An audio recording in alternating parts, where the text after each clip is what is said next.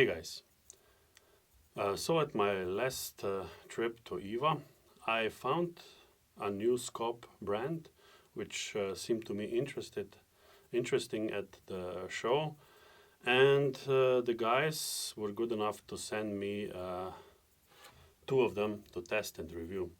So the brand name is Valiant, but the exhibitor that actually sent me those two is Ballistas, which is a Czech Republic gun store, web store, that basically is the distributor for them for Europe. Actually, there are a couple of them, but they are one of them.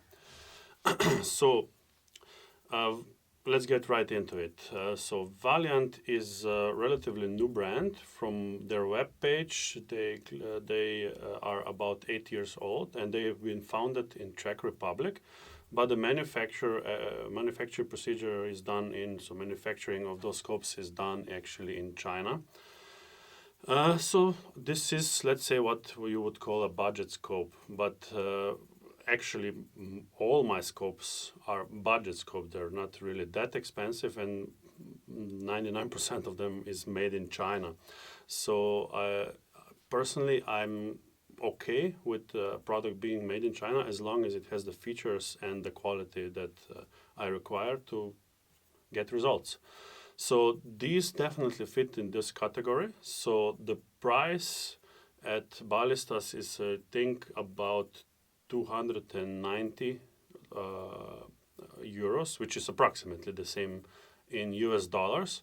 Personally, I haven't found any distributors for US yet, so you might be on the lookout for that. But anyway, all the information about the scopes that I haven't mentioned in this review you can find in the description below the video. Okay, so let's get into the review. The two scopes I have here are 10 by 44, so this is a fixed magnification. And the second one is 5 to 20 by 50. So of course this is variable magnification. Both of them, as I have them here, are in mil dot option. You have different option like half of mil dot. You have options, some hunter option reticles, but I prefer my scopes in mil dot, and that's why I got them in. That's why I asked them to give me in this configuration. Now we'll be focusing on this one as so basically the 5 to 20 by 50, because the other one is actually practically the same with the only different feature that it doesn't have the adjustable magnification. Okay, so this scope is second focal plane, meaning that the reticle will stay the same side regarding of the zoom, meaning that the actual mil dot function will be mil dot accuracy of the reticle will be only accurate at a certain zoom point, and in this case it's 10 power. Of course, the other one is fixed, so that means that the focal plane really doesn't matter. So basically, it's a 5 to 25 magnification. It has a side adjustable parallax. You also get a wheel with it.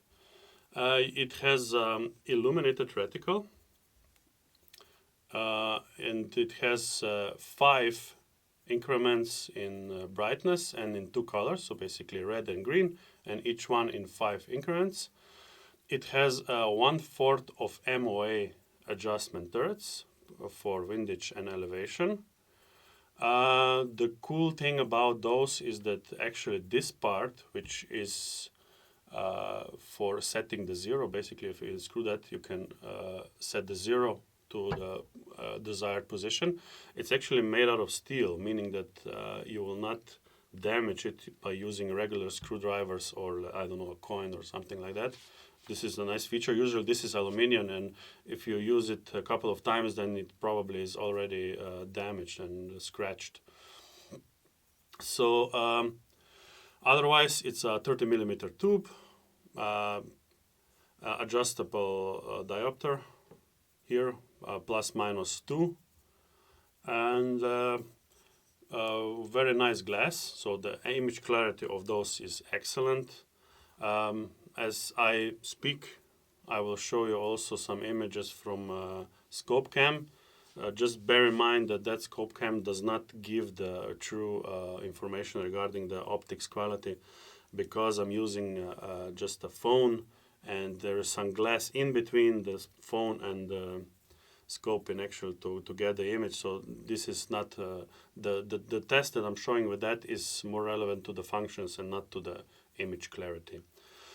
So I got a cheat list here to go through.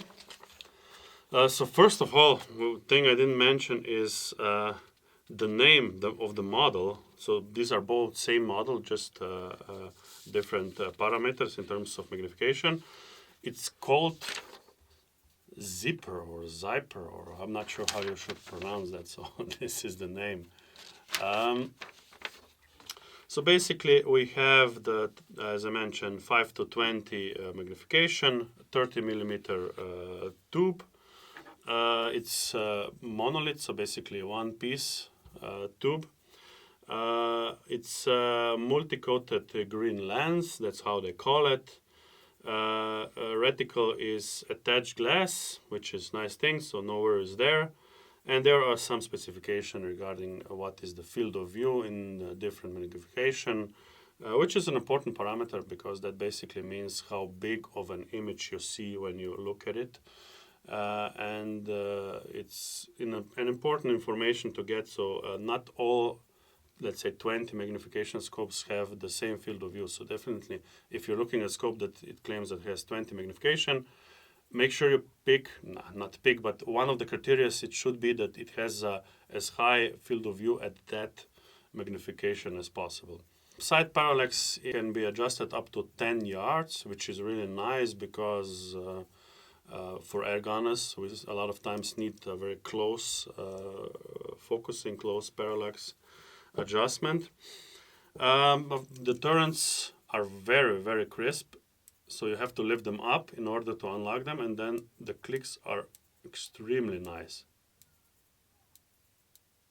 And once you're done, you just press it back down, and that's it. Same, of course, for the windage.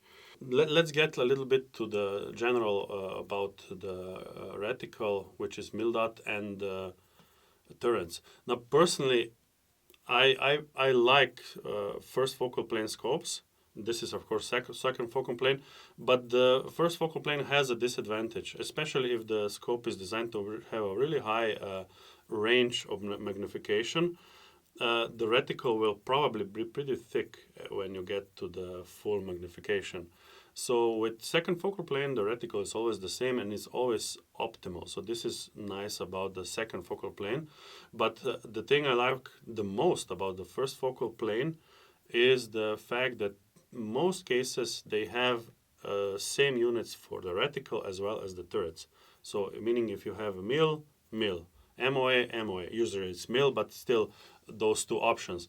And the thing I would like to see also in the, let's say, these lower cost budget scopes that are second focal plane, is to at least have the turrets in mil as well, or at least in the same units that the reticle is.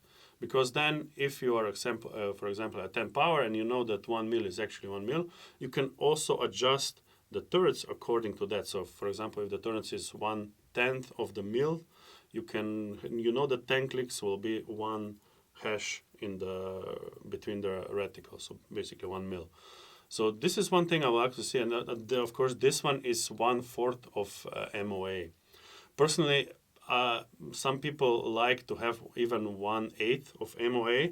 Personally, I even 0.1 mil is enough for me. So for example, 1/10 of a mil is 1 centimeters per 100 meters, and 1/4 of MOA is about 7 millimeters at 100 meters, and then 1/8 is of course half that, so it's about 3.5. Some people like that very fine tuning. Personally, Do you have a gun that shoots better than 1 centimeter groups at 100 meters? So for me, it's enough. You get very easily distracted and lose count if you have to make a lot of clicks to make an adjustment. That's just my preference. So, but as I mentioned, these are relatively budget scopes, and for the price, the build is extremely high quality. If I would have to nitpick, I would say that the Parallax wheel is a little bit stiff, so you have to grab it quite a bit if you're not using the side wheel. Other than that, it's extremely high quality build, and the image is very, very nice. There is a little bit of haze going on if you look towards the sun with it. This is typical for most let's say, budget glass. So this is nothing to be surprised about, and even I would say it's about the same or even less problematic than in scopes that are even higher price range than this one. By the way, you also get a sunshade, so you can eliminate quite a lot of bit of that issue if you use the sunshade on the scope. I've put links for everything below, so make sure you check out the product. I did also a tracking test. It performed quite good, actually I would say even flawlessly. So basically my test was done by going to extreme limits and going back to 0, and it re-zeroed without any issue. The platform that I'm using, it's not extremely stable, so while I'm clicking it is a little bit wobbly, so sorry about that. I'm kind of getting a hang of making reviews for scopes, but this is one of the most important tests, in my opinion at least, to know that actually the tracking is correct and accurate. The second test, I would say, which is kind of impossible to show in the video, but I did it on this scope. So basically, I mounted it on the spring piston PCP, spring piston airgun. Of course, spring pistons are quite violent, and this one is it's not a Magnum Springer, but it's what is considered full power. So it doesn't have any issues with the vibration. Of course, they mention this a lot of times on their webpage. You will see, of course, shockproof, fog-proof, waterproof, and everything like this. And so far, this seems to be an accurate claim to me. So that's it, guys. I think I covered the most important things. I really like them. I use this one on K125. At least for now, of course, I can swap to any other airgun. And the fixed is right now on my Springer, but that might change in the future. So thanks for watching. If you like those kind of videos, make sure you click the bell button, subscribe, thumbs up, and let me know in the comments. I have quite a few scopes in my collection that I use. If you want to see any other reviews for any other of those scopes, let me know and I will make sure that I make them. Thank you for watching.